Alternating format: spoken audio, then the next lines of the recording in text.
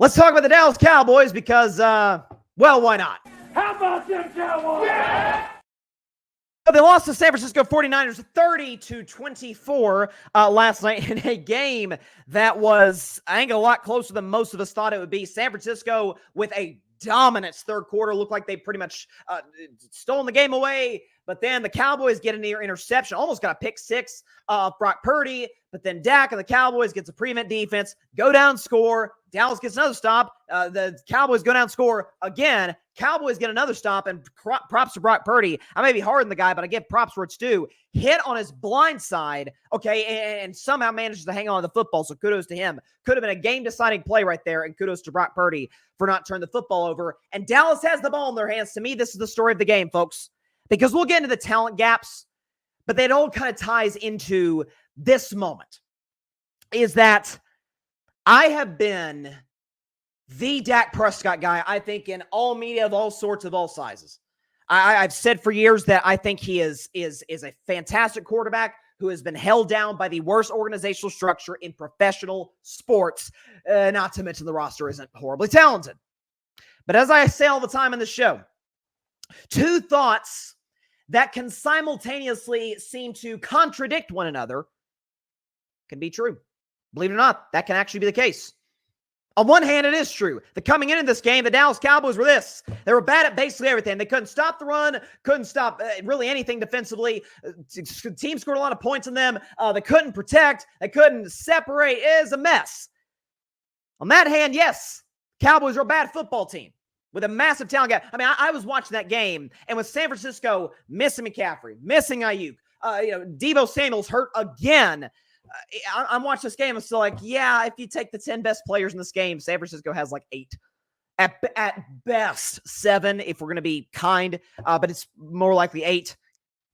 But with that said, I didn't expect Dallas to win that football game last night. The Niners are clearly the better team with clearly the better coach and organizational structure.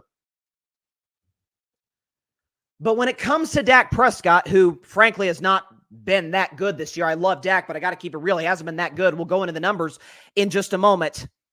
Here is my primary disappointment in Dak, because we can show you, shout out Alfred Parsons Jr., put together some great graphics as always. Here was Dak last year when he was awesome.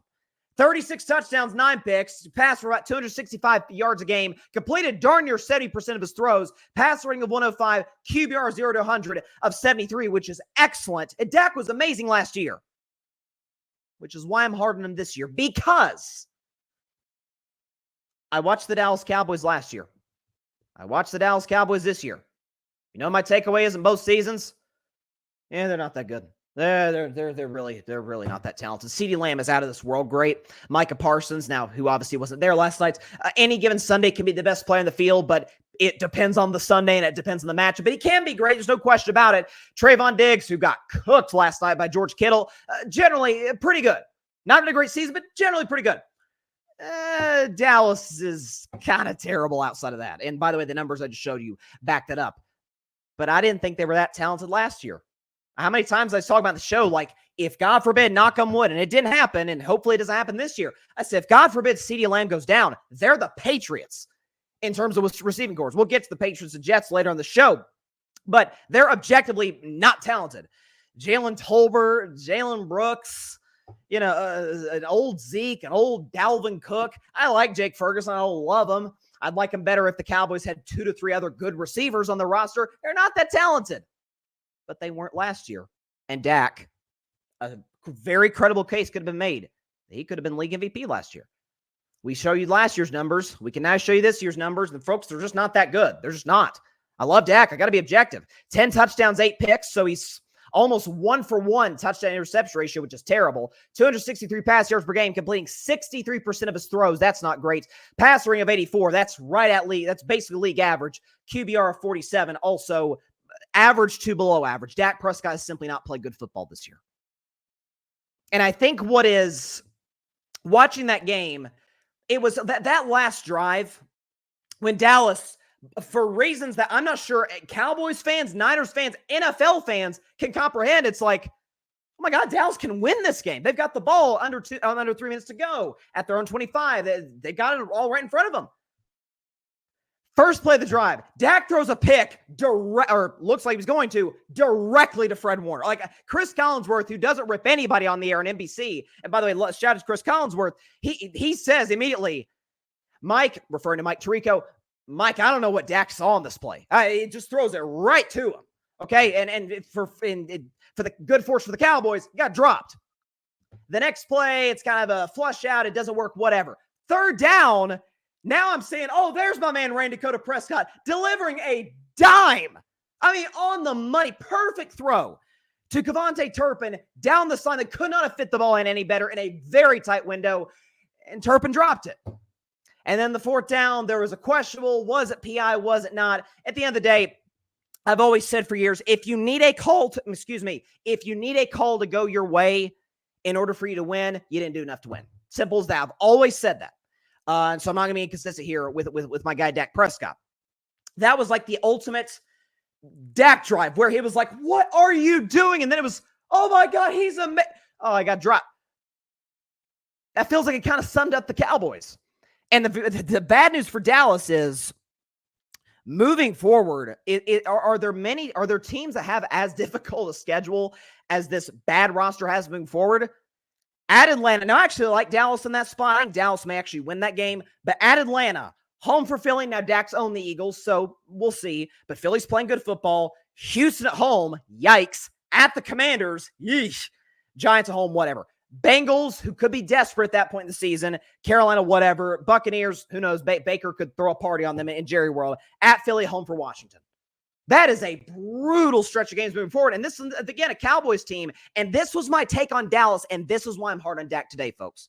As much as I love him, as much as I've defended him over the years, and will continue to, because I think he's in a franchise that is not built to help, be it Dak or anybody, quarterbacks succeed. It's just not.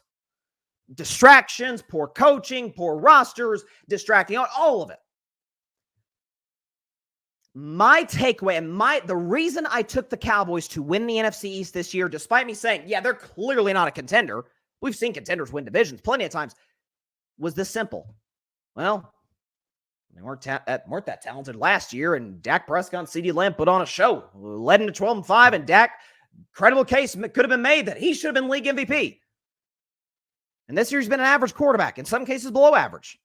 And so, I mean, I got called the way I see. I love Dak. I don't think the folks that are trying to make it as if last night individually or even the season is some sort of referendum on the player, I think are being disingenuous. And I think it goes directly against the facts in the sense that 2022, the roster was more talented certainly than it is now. It wasn't great.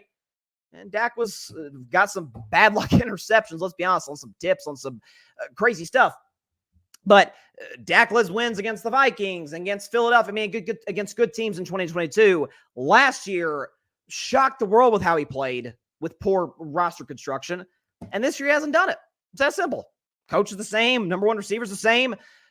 No talent at receiver. Now, the running game is worse than it was a year ago, but was Tony Pollard exactly lighting the world on fire in 2023? I don't think so.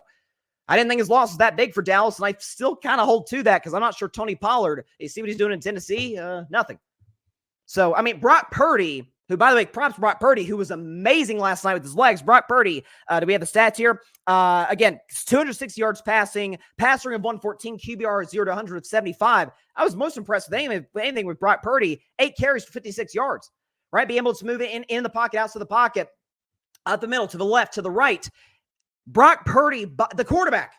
This is not Lamar Jackson. This is not Josh Allen. Brock Purdy had as many rushing yards, exactly as many rushing yards as the Dallas Cowboys as a team.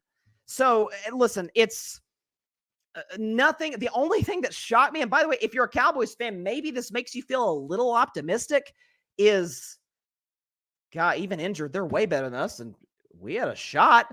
I mean, last year, the Niners destroyed Dallas. What was it, 42-10 or something? So you could come out of this optimistic if you're a Dallas fan. Feel free to do so. But if not for some garbage time, I shouldn't say garbage time because the Cowboys had a chance to win that game. I should say this. With 2 touchdowns against a prevent defense, Dak has exactly a 1-to-1 touchdown interception ratio, 8-8. Ross was bad last year, and Dak was unbelievable. Roster's bad this year, and he hasn't been. That's simple. Love Dak, but if I'm gonna hold certain guys to a standard, if I'm gonna criticize some guys in the spot, gotta criticize Dak. Thanks so much for watching the show on YouTube, and be sure to go click that big red subscribe button and check out the other clips and full shows from Carving It Up Live, as well as our other incredible content creators here on the Grid Network.